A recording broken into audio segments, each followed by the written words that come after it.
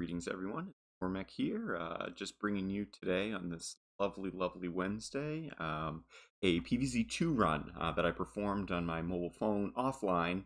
So what I'm going to be doing here is just playing the just playing the recording back and providing some commentary over it a little bit. So we won't be able to do that, but yeah, again, hoping that this run goes well and that we have some good entertainment value. So feel free to ask away. We won't be able to make any modifications to the gameplay. Again, this just being a pre-recording and all, but I hope you enjoy the content and certainly hope that the run goes well. A quick note: I thought my mic was off while I was recording this, but turns out that it was on. So you might hear my voice like in the background over this video that was like captured in the desktop audio, but that should be okay. Again, sort of as usual, we're starting from a live screen, and we're starting from loading the game from scratch as is required by our rules. This basically resets the RNG, and everything should be okay. Then, of course, building a new account from there. Oh, it took me so long here. I think I was messing around with some of the buttons.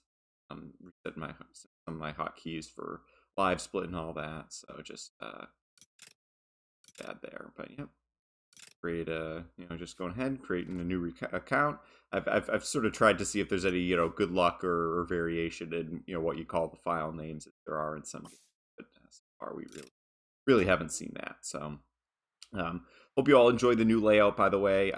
This was the better way to capture the game on mobile, where mobile sort of has, a different aspect ratio that sort of leads to the best, the best quality content and things like that. So added my Twitter and YouTube there at the bottom. Although this run will probably end up going to both of those, so that'll be very exciting. Here we go. Timing will start right when we click over. So there we go. The reason that we choose to do this on a mobile phone is that we found that this version is, much more, that the mobile phone, the load times are much quicker. You can actually save about 2 to 3 seconds per level on mobile phone. And it might actually be even faster to use certain mobile devices, like an Android device we found we think might be even faster than an iPhone, which is what I play on. So again, right here, first thing that we want to do, just using that plant food as quickly as possible, and going off. All right. What the hold up there was with clicking the fast forward button, but maybe lost about a second there. Maybe lost about a second here as well to making sure that we had all the zombies on screen. And basically, right when those cone heads appear on the screen, that's when you're wanting to use the plant food. I have one plant food left, and then blasting away. So really pretty smooth level. Just some slight setback. Hey TZ, what's going on? Welcome, man. Thanks for the hot date emote.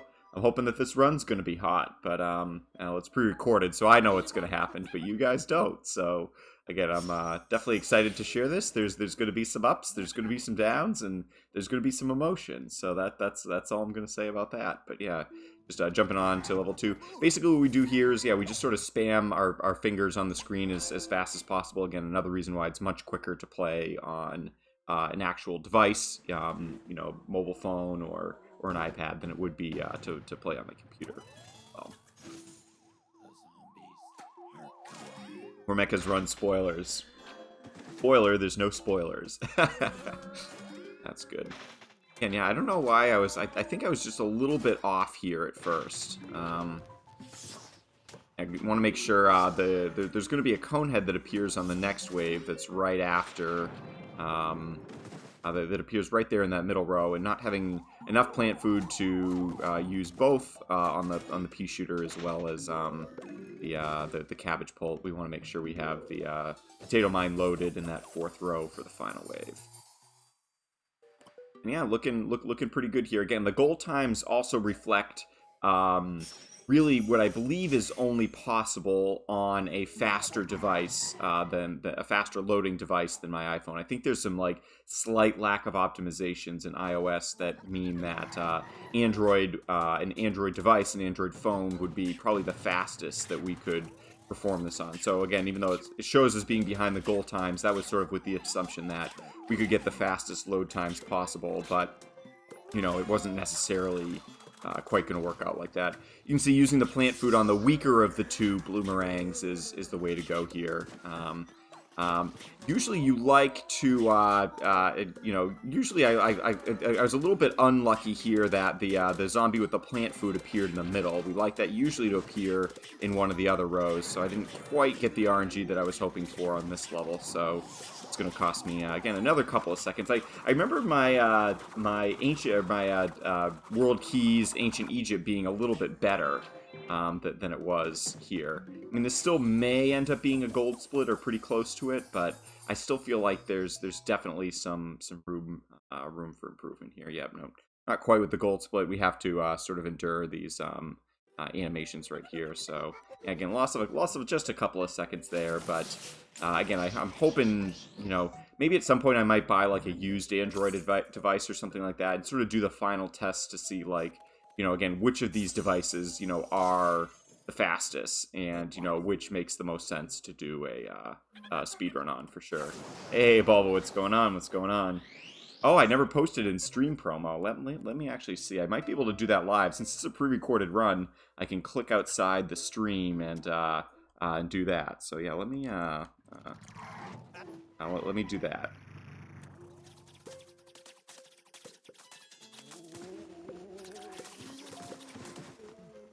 All right, so we got the posting there. Thanks for that reminder, Bulba. I do appreciate that. Right.